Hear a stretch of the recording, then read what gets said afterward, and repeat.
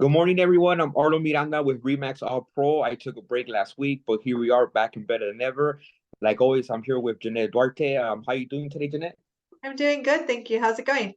I'm doing great. Of course, we're going to talk about how the Feds they raised the rate yesterday. But first, I'm going to start the show the way I always do by updating you guys on the numbers on the Antelope Valley. And we have an increase this week. 2 weeks ago, we had 146 listings come in the market. This week we have 198, so it's 52 more listings. Just to give you a good example, when we first did the first show, it was 179, so now we're at 198. So this is the highest that we have been since we started this. Active on the contract, there's 14. We have 3 that's canceled. That's 12 less than 2 weeks ago.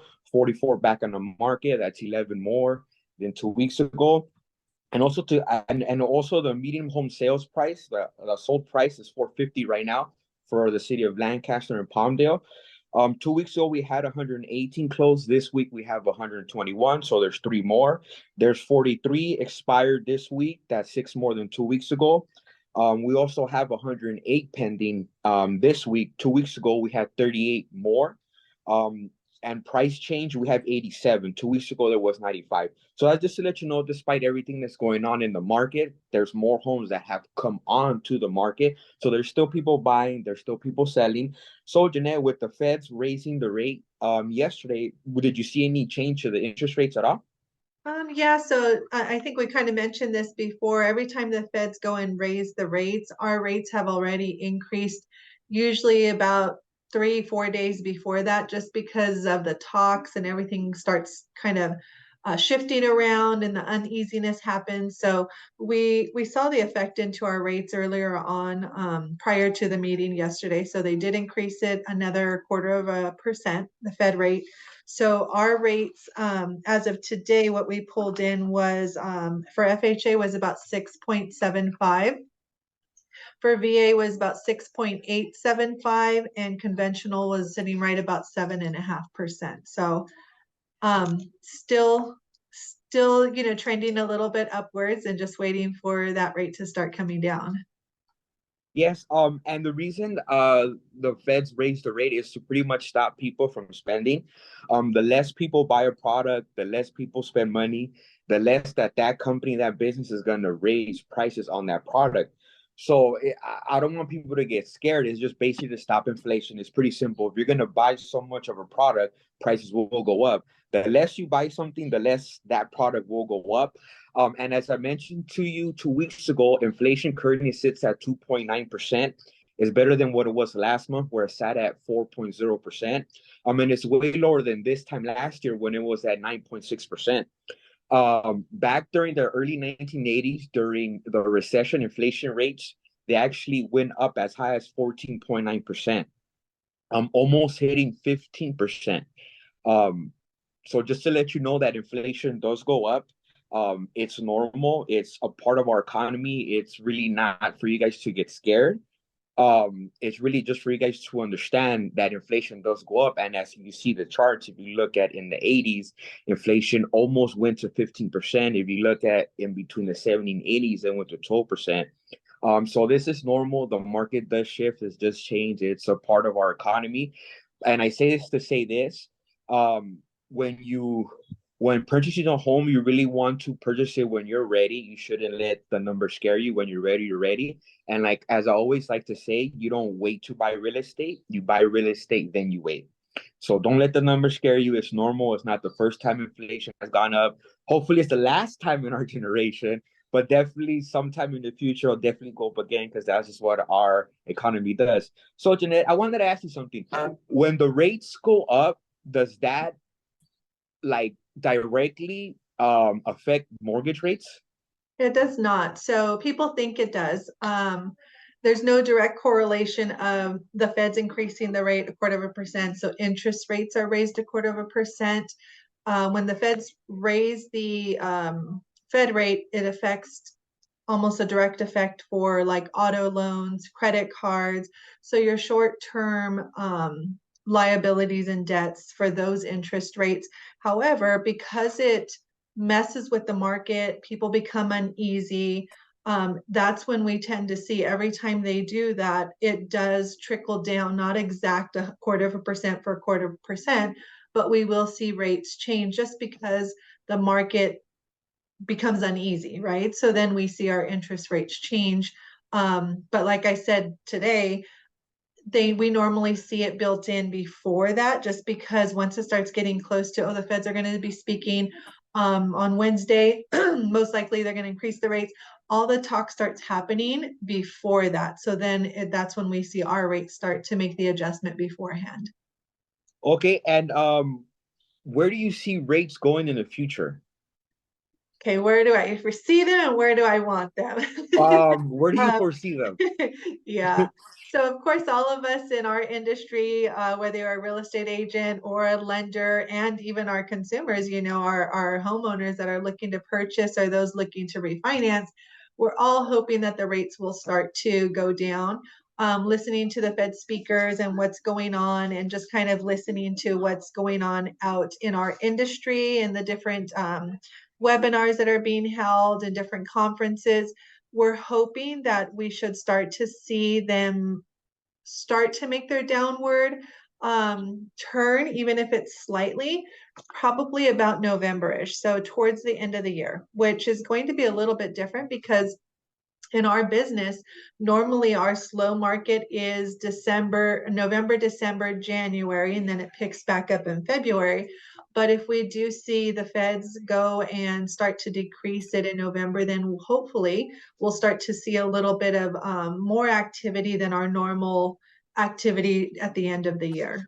So, And and what do of you course, we usually would love them lower. and what do you usually hear like when you're working with a buyer at the current moment and they see the rate go up? Do they automatically call you? Do you hear them get like less wanting to buy? What do you hear them say? So the good part about it is I think that it's been going on for so long already of the feds increasing, that we're not getting as much of the stop, I don't want to do this anymore. It's almost like this is just part of it now. Before we would get the I don't want to buy anymore because they keep increasing the rates. We have some in escrow right now. I am pre-approving one. I just got all of their stuff today to get them ready. So once again, kind of that you mentioned, and we've talked before, when you need to buy, you're going to buy. Why continue renting? Purchase now, because the longer you wait, the more you're going to pay, the more your monthly payment's going to be, regardless of the rates go down or not. So, um, is there still people on the sidelines waiting for rates to get lower before they purchase? Absolutely. There's always going to be. Are they going to pay more for their property than if they were just to buy today? Yes. And to try and get them to understand that is very difficult. People are waiting, and the longer you wait, the more you're actually going to pay for that. I did do a scenario last week for a production meeting I was in. And if somebody purchases a property today at 500,000 and waits for that rate to go down to 1% lower, then their monthly payment is going to be about 100, no, it was $80 less, right? Yeah. But if they just purchase now and wait for their rate to go down about 1%, then they'll actually save, it was like $160 a month. So when you're comparing those two things, it goes back to, it's better to buy now and then be able to refinance down the road, because your payment will actually be less than paying $25,000 more for that same house. So trying to get the buyers to understand that the best thing is not to wait, it is to purchase now and then try and refinance down the road. Yes, because I believe the Fed has raised the rates, I think, for 14 consecutive times, so about 14 or 15, I think. And so if you were locked in a week ago, the hike wouldn't matter. Your rate would have remained the same. That is correct. Because once you're locked in for whatever period of time the lender locks you in, whether it was a 30, 60, 90-day lock.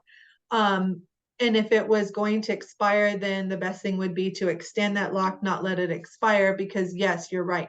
Once you lock it in, you're locked in at that rate at that time. And have you been working with a client since they've hiked their 14? I would want to say it's 15 times. Have you had a client that said, I'm going to wait, and he keeps hiking and hiking and hiking? Have you had that? Have you had someone say, like, when they first started the second hike around 15, did you have someone say, no, I'm gonna wait and see what happens, and it just keeps going up and up and up?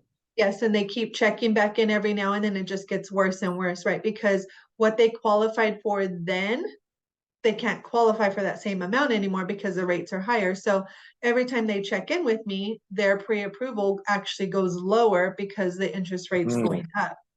And then the prices are going up, so they're getting less house. So maybe they wanted a 4 bedroom, 2 bathroom house.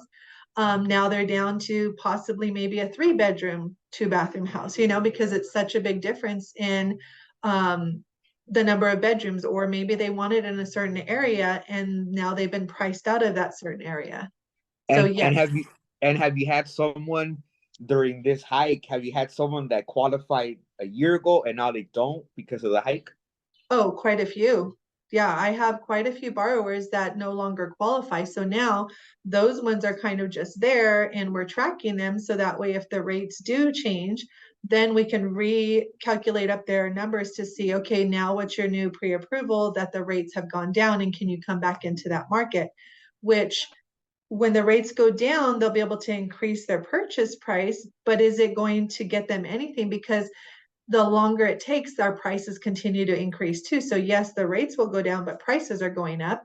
And then does that put them into a pool of borrowers looking to buy a house that are all now going to start competing for that same price, right? Once you get a house out here in the Antelope Valley, if a house comes on the market that's 400,000, you're already in our current market with high rates in a competitive market. So then if the rate's lower, now you're bringing in 10 more people to buy this house when there's already 10 people looking to buy the house. So then we just go right back into, like we've talked before, into that almost COVID time where you have everybody now they're bidding against each other to get that same property Yeah, so like always, the best time to buy is when you're ready. when you're ready. And when rates are higher because less competition, right? And then you just Yeah. worry about refinancing later because once the rates are low, now everybody's competing for those same houses again. Yes, and I always tell people, and I might say it before, and I always tell people, you don't wait to buy real estate. You buy real estate, and then you wait, and then hopefully, Correct. yes. And one of the things I wanted to ask you because I get it a lot, especially when I go to the gym. Everyone always tells me, well, I'll just buy a house today and I'll refinance in 6 months. And I'm like, okay, well, I'm not sure. I'm like, I look at them like, okay, where did you get that? So I wanted to ask you, if the rate is at 6%, when can you refinance out of the rate? When it drops a full percent, when it goes to 5, when it goes to 4, when can you actually start to refine? When can you actually get out of refinance that rate? So most lenders are going to ask their clients to wait about 6, 7 months. And that's just because most lenders will get what's called an early payoff. So an early payoff penalty. If our borrowers, if we do a loan for them and they don't make 6 consecutive payments, then that bank will hit us with what's called an early payoff. We'll get hit with the penalty. So we always ask our borrowers, please wait the 6 months, 6 monthly payments, and then go ahead and refinance. Once they do that, really the rule of thumb that I've always told my clients is you want the rates to go down about 1% in order to make the refinance worth it, because you're going to pay escrow fees, title fees again. We have to reset up your taxes and insurance. So 1% down is usually the good rule of thumb to refinance. However, let's say somebody has a 6% and they go to 5.5 and they want to refinance. As long as there's a benefit there, then that's fine. Now, are they going to be able to do a cash out refinance? Probably not, because there may not be enough equity there if they just purchased the house to be able to do a cash out, but they should be able to do a rate and term refinance in order to be able to take advantage of those lower interest rates. So you want to wait. So your rule of thumb is to wait a full percent. About a full percent in order to truly make a difference and kind of do a wash of the fees that you're paying and get that benefit of the lower interest rate, lower monthly payment. Now, have you ever? This is an interesting question. Now, have you ever had a client has gone to 6 and has gone to 5, and they say, "Hey, I'm going to wait till it goes to 4." Have you ever seen it jump back up? Where like they're like, "Oh, I should have just done it then." Well, yeah, so we have, I mean, because rates can do all kinds of stuff, right? So And I had borrowers when rates were down at, we were refinancing at 2.5, 2.75. I had clients that actually had 5% then. And I'm telling them how good it is to refinance, why it makes sense, and how much they're going to save. And those are the ones that say, I'm going to wait just a little bit longer for it to go lower, right? And then it creeps up a little bit. And then they said, I have actually two that did this. And they came back to me and said, we should have listened to you. Yeah. I know. I do this every day, day in and day out. And so then it went up to 3 and they're like, oh, we're just going to wait. It should go back down. And then it went up to 4 and it just kept, they kept waiting and it just went higher and higher, never went down. So I had a client that just reached out to me 2 weeks ago, and now he's in a position where he says, Jeanette, I need to take cash out of my house because I have credit cards that I need to pay off. And he says, and I know I kicked myself in the butt because had I done this when you told me back when they were at 2.75, he's like, man, I would be in a good position right now. And he said, I didn't listen to you. So now he's being forced to refinance at a much greater interest rate than he currently has. And he wouldn't have to because his payment would have been significantly lower had he refinanced when we were under the threes. Oh, okay, So yeah. And another thing that I get a lot of people, and it never fails. People say, "I'm gonna buy a house, and in a year, I'm gonna just take money from it." And I'm like, well, it doesn't really work that way. I say, because you never know, prices could go up, prices go down, interest rates go up, interest rates go down. How long after you buy a house can you take out a cash out refinance? And a second question, is it possible to do both? Can you do a cash refinance and interest rate refinance? yes, so they kind of go hand in hand. If you're doing a cash out refi, you're going to get that rate that's there. So it's not like you can keep your current rate and pull out cash. It's a refinance all done in one. So there's two options. You do a rate and term, which means you're not pulling cash out and you're just lowering your interest rate, or changing the term of your loan. Because we've had borrowers that had a 30-year, they're 5 years into it, they want to refinance it into a 15 or 10-year. So that's to lower the term of it, not just the rate. And then there's a cash out refinance where it would be you're actually pulling out money, but you're getting the rate that it is that day, right? So whatever we lock it at, which if rates lower, then you're getting a benefit because you're getting a lower payment. I'm sorry, a lower interest rate, plus you're taking money out. But just always remember that your rate and term interest rates are going to be lower than your cash out interest rates. So when we price those two types of loans, rate and term, you're going to have a lower rate, even if it's on the same day, then a cash out refinance will always carry a higher interest rate. Um, so you're basically doing both at the same time. Now, how long they have to wait? Most lenders are going to require them to do a 6-month seasoning. So you have the house for 6 months, and then you can go ahead and pull cash out.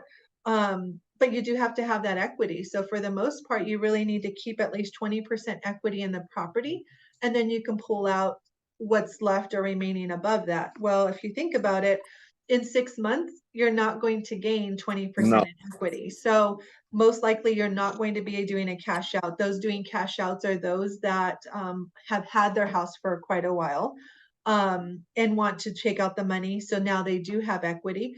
Or maybe they did a 20% down conventional when they first purchased the house. So now they do have some equity there. Or um, if they did the 20%, that would give them equity. The ones that really don't have the equity, and these are the ones that have to be careful, is any of the ones that were doing a lot of the down payment assistance programs. So most of your down payment assistance programs carry silent second, silent thirds that do have to be paid back when you sell it or refinance it. So when you get to that point that you want to refinance, not only are you paying your current principal balance that you owe on the loan, but whatever you borrowed from the down payment assistance program is sitting out there. You have to have enough to pay those off and Mhm. to pay off your current balance. And then is there equity to pull out cash? And So and go ahead, sorry. no, so those are going to be the ones that we will get a lot of calls from people that have the down payment assistance to want to pull money out or to refinance. And we have to make sure there's enough equity there to be able to absorb everything in order to do the refinance. And how long does it usually take to get 20% equity in your home before you pull that out? That Do I you have can't like a tell rough you. estimate, rough idea? No, because it just depends on the market, right? So when we were Yeah. during COVID, people were gaining equity every month. It was like $10,000 a month they were gaining equity just because the market was turning so quickly, right? It was turning, it was people were buying and selling and buying and selling, and the equity was just going up, plus the inflated values because people were paying above the appraised values. So people's equity was just skyrocketing, and they're still sitting on that now because our market did not go down, which means all of those people are still sitting on tons of equity that purchased during the COVID time or purchased before then and got all of that inflated value, right? It's just anybody that's purchased after that time when the market did take a turn and start slowing down, that's where their equity is not, they're not going to gain the equity as quickly. Yeah, because people are as funny as when we talked about earlier when people say, well, my brother bought at 3%, then I'm not gonna buy until I get 3%. And the same thing goes with equity. When I tell people that 2020 during the pandemic, it wasn't your normal market, that equity is not supposed to appreciate like that. I hear the same thing where they say, well, if I'm not gonna get equity like the people in 2020, that I'm not gonna buy. And then I tell them, okay, well, then at what point do you want to buy? And I always tell people, like, when you buy a home, you buy a home to live in it. California has shown that houses do appreciate over time. But I always try to tell people, unless you're an investor, but if you're just trying to buy a home. Look for a house that you want to live in. Look for a house that you like. Hopefully, in 4 or 5 years, it does have equity. It does appreciate, and you can go ahead and sell it. But I hear a lot of people say, they watch all these shows and they're like, okay, well, I'm gonna buy a house and in 2 years I'll have $80,000. I'll just flip it and have $80,000. And when I tell them it doesn't work like that, they get discouraged. And it goes back to it's the same thing all the time. Okay, well, if I can't buy like my brother did at 3%, I'm not gonna buy at 5%. So if I'm so my house not gonna appreciate like it did in COVID, that I'm not gonna buy a house. Do you ever get the same thing on your side? Absolutely. And then what I tell them is, so you're willing to pay 100% interest rate versus 6.5%, 6.75 interest rate, because if you're renting, your interest rate is 100%. Every month that you make that monthly payment as a renter, you're getting zero equity, zero. So even if you went and purchased a house and you got zero equity in 10 years, which is not going to happen here in California, but let's just say you did, you still need a place to live. You still have to make a monthly payment. So why are you giving it to somebody else to pay their house off or help them pay it off versus yourself? Plus, now you're in your own driver's seat. You're in control when you own your property. If you're renting and that landlord comes and says, hey, here's notice, because we get clients all day long that this is what happens to them. Seller says, here's your notice, 30 days. I want to sell my property. Now you need to get out. Then those people are now trying to figure out, now I need a rental, which we're shortage of rentals. You're going to pay way more than you were paying there because prices have continued to go up on rentals. And now here you are, and everybody knows what a headache it is to move. And when you only have 30 days to figure it out, and getting a truck and getting your stuff packed and doing all of that, to go to another rental, and then in a year somebody does that to you again. Like, why let somebody else control your life, where if you had owned your property, regardless if you gained any equity or not, you're in full control of it? Like, it just makes more sense. Yeah, and no matter how you break it down, people say no, no, no. And like I told someone, I was like, you know what? You can't say the wrong thing to the right person. And he's like, what do you mean by that? I was like, well, if you're gonna buy and if I'm gonna give you all the stats, then you're gonna buy because what we're telling you is right. And no matter what you say, like I said, you can't say the right thing to the wrong person. So when you're ready and you hear the information, of course you're gonna buy. And my last question that I wanted to ask you is, when someone pulls out cash from their house, do, do you have to pay that back? And does your mortgage go up? Yes. So when you pull out equity in your property, then you have a new loan amount, right? So let's just say your current loan amount is 300,000 and you go and pull out 100,000. Now your new loan's going to be 400,000, which means your monthly, the interest rate is based off of the new loan amount, the 400,000, which means that possibly your mortgage payment's going to go up. And the reason I say possibly is because let's say you're 15 years into paying your house already, right? And you had this mortgage payment because it was originally on the original purchase price.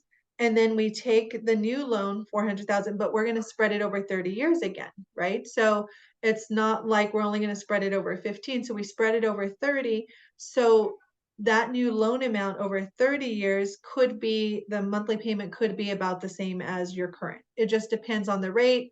It depends on how many years you already were paying into your current mortgage. Sometimes, most of the time, it's going to be more just because you're increasing that loan amount. But if they've already paid into it quite a few years, when we spread that new loan amount over the 30 years, sometimes it's right. It could be right about the same. Okay, and have you ever I want to ask one last question about that. Uh-huh. Is it possible for a owner to take out a cash refinance and their mortgage does go up, let's say by 200-300?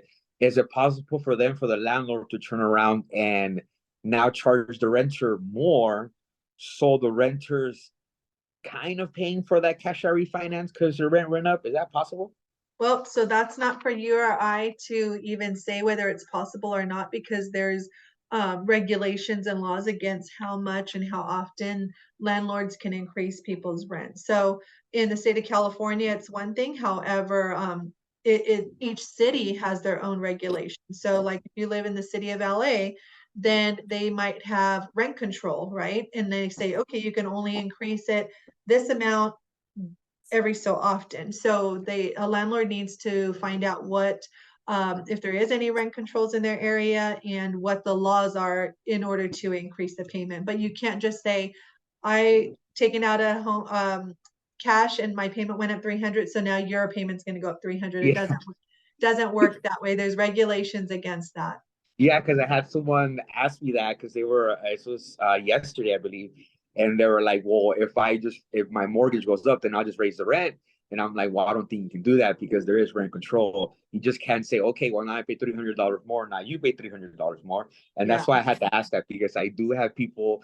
There's three big questions. There's three big questions that I always get. I'm gonna buy a house and I'm refinanced out of the loan as quick as possible. And I'm like, okay. And then the most one I get is, okay, my brother bought a house in 2020. Now he has so and so equity. In the year, I'm gonna do the same and I'll be fine. And I tell him it doesn't work like that. I tell him you have interesting questions, and I always tell people you're ready to talk to a lender, and they're like, why do you say that? I was like, because the questions that you ask is something that a lender could ask you. I tell her I'm a realtor. My job is to find you the home that you want, that you like, take you to go see houses. But and then to end it, like always, like I said it in my first show, when I tell people, hey, it's time for you to talk to a lender, they're like, oh no, no, no, no, I'm fine, I'm fine. And it's just, and I tell them, you don't get charged for that. It's free information, it's free knowledge. You get to know it. And I tell people, we're not car salesmen here. Like we're not trying to rush you to sell a home, and but I'm sure that you get that a lot, that when people don't want to talk to you because they think like you charge a consultation fee. Yeah, they do think that, and I let them know that we don't charge a consultation fee, we don't charge a loan app fee, we don't even charge for the credit to be run up front. So we don't make any money until we're actually doing a loan in process and it closes. So anything up front, that we do, and we spend hours with people. I have leads that, we're constantly re-updating, or they have questions, or they'll call with questions about my kids are thinking about purchasing, and we don't charge for any of that. That's just all part of our business and what we give to our clients, that we're there for them no matter what. Yes, and that's what I tell also people that are buying. I tell them, when you're buying, you actually have the agent for free at your disposal. You can ask me anything you want. Just don't call me past 9 o'clock, and don't call me before 8 o'clock. But I go, when you're a buyer and I'm representing you, all my knowledge that I give to you, everything that I'm doing is strictly for free. I get paid from the seller, from whatever the selling agent and the seller, they agree the commission, then that agent makes an agreement with me. So I tell people all the time, if you're a buyer, you have it great. you're gonna get free information for me, free knowledge for me, and to a certain point, you're able to go to the lender and talk, and also get free information too as well. Well, And thank you very much, guys. Sorry, go ahead. I just want to touch on that, and that's good that you mentioned that, Arlo, because there are a lot of real estate agents out there, which do I agree with it? Not so much, but to each his own. There's a lot of buyer's agents out there that they're making money and getting commission from the seller, right? Because that's who pays their commission. But on top of that, they charge their buyers an agent fee. They actually charge them a commission. So they're making money from the seller and they're making money from their own buyer. So it's a good point that you brought that up, because you, as an agent with Remax, you don't charge your buyers a commission to show them properties and to get them into contract, because you're already making your commission Yes. from the actual seller. So you're not trying to get it from both sides, which is great, because there's a lot of agents out there that are just trying to make money from every side that they can. And there's so many borrowers that barely have enough money for their down payment and closing costs, and so to add an extra commission charge and fee on top of it is just, I'm just glad that you don't do that, Arlo. It's really, Yes, really no, nice. yeah, it's oh, it's funny you mentioned that, because I do know a realtor, great realtor, but every time he does a deal, he tells me that I charge the buyers my transaction coordinator fees. And I'm like, really? I'm like, yeah. And I know I go, okay. And I tell him, I tell him, no, I don't like to do that. Cause I tell him, when you sell a home, as a realtor, you make good commission enough. And kind of like we said on the first show, where my friend, he told me, hey, Arlo, you were right. I bought my house and now there's zero money in my bank account. Where is he going to get the money to pay me the commission? He's not. Right. So it's funny you mentioned that, because I did have someone say every time I do a deal, Arlo, he goes, I charge the TC fees. And I'm like, interesting. I'm like, I wouldn't doubt that you do that, but I guess it is what it is, right? Yeah, to each Yes. his own, but as a buyer, that would be something I would be looking out for. Like, okay, I need as much as I can because it is a big purchase. I want to make sure I'm working with an agent that is good with me, that gives me the time, but that doesn't overcharge me for their services. Yes. So, Yes. Okay, well, thank you very much. That's the end of the show. Arlo Miranda with Remax All Pro. and Jeanette with Mountain West Financial. Thank you very guys for listening. You guys have a great day. Bye. Bye.